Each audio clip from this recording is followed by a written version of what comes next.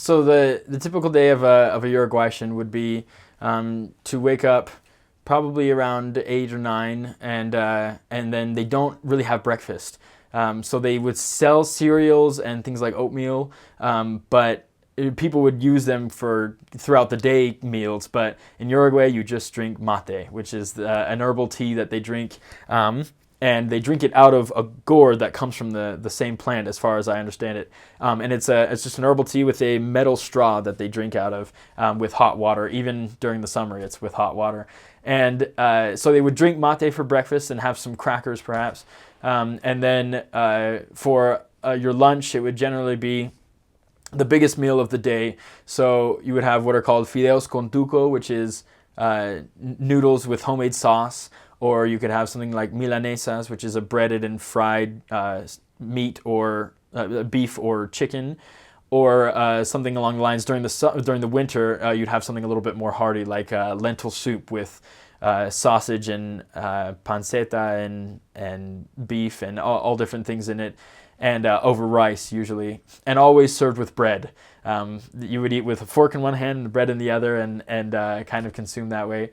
And then in the afternoon is what's called la siesta. Tomar la siesta is to take a nap. And so the corner stores would shut down, and most main places would shut down as well, unless it was a big convenience store or some big commercial building or business. But the corner stores and the internet cafes and all those things would all shut down from 1 to 3, 1 to 4 in the afternoon, which is the hottest time of the day in the summer, and so it was a good time to take a nap. And then the evenings would be very lively, and the dinner would usually be late, around 9:30 or 10, but around 6 they would have something called, they would say la merienda, or tomar la leche, which is like having milk or just kind of having a snack. So they would usually have milk or some other kind of sweet drink with crackers or bread, and then have a late dinner, which I actually never really had because we would always be in the apartment by the time it was dinner time. And most Uruguayans work. That's just your typical day. Excluding work.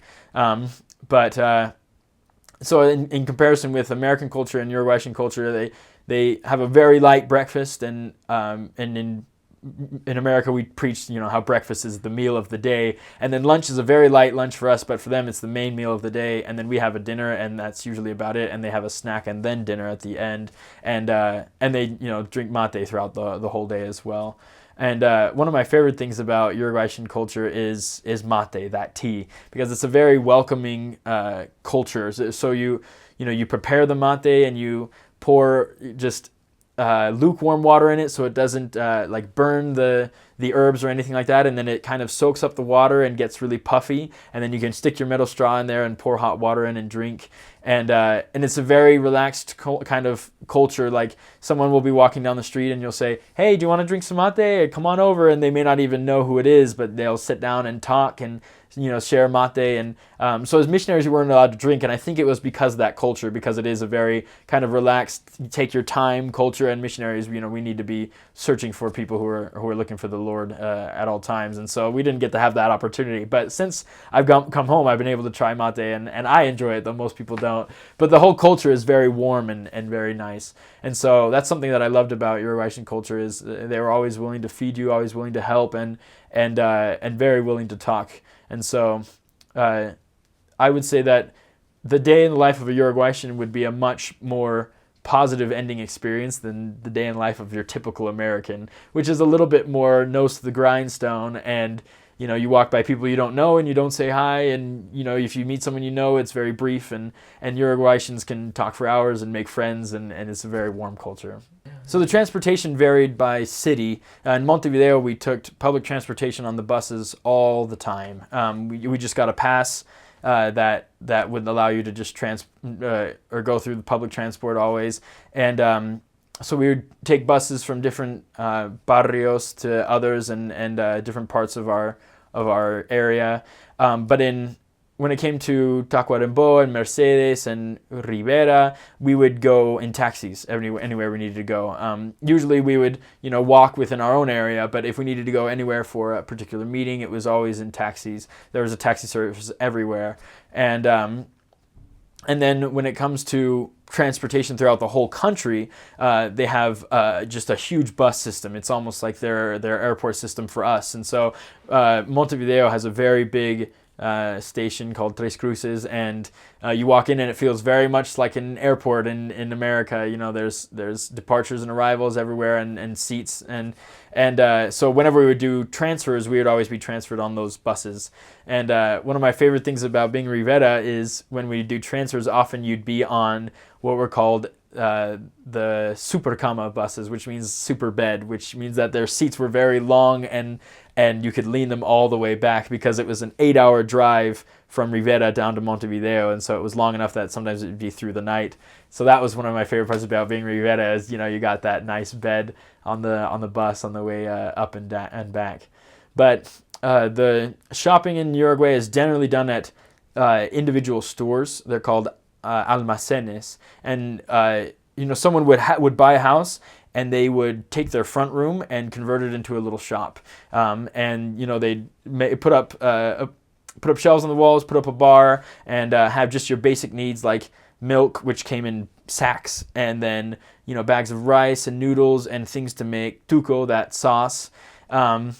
Mate and gum and little bombones, little sweets and things along those lines that you would need every day. And then every once in a while you would go downtown to the main supermarket to get things like specialized sauce or meat often. And so generally our shopping for us as missionaries wouldn't be all on P-Day, because there was an almacén on every corner, and so we'd be walking back to the house at 9:05, 9:10, 9:15, and we'd pick up, I need a bag of milk, and you'd pick it up and pay for it and go back to the house. The products come in very different ways in Uruguay. They have, like I said, milk comes in bags. They don't have like cereal boxes. They're usually in bags, but like I said, they don't eat cereal anyway, usually. And then they have, packaged meats that we've never seen before, like cow stomach and cow tongue and cow kidneys and cow heart and blood sausage and chicken hearts, and so it's quite the experience going to the butcher shop or going to a supermarket to see what meats you have available. And then on top of it, there's not a lot of spice in Uruguayan food. A lot of people think that, since I was going to speak Spanish, that I was going to have spicy food, kind of like Mexican or Central American food, when in reality it's very Italian influence. So, like I said, a lot of things over rice and noodles and pasta. And so it was a very salty... Sorry, I can't think of the word. It was a very salty taste to their food. And we would make tacos or something with kind of some heat, and they couldn't take it. They didn't even like it because they weren't very used to it. And when I got home, I couldn't even have any tacos or anything like that because I wasn't used to it either after having so much salty. Then the weather in Uruguay is just like... I'm trying to compare it. Yeah, I'm from Indiana, and it's pretty close to Indiana, except that it doesn't snow. So in the summer you get very hot temperatures and pretty humid as well. And then during the winter you get very cold temperatures and humid as well. But the precipitation is always rain. So it's nice to have the 4 seasons, but you definitely are not saved from being hot or cold, or being saved from the hot or the cold.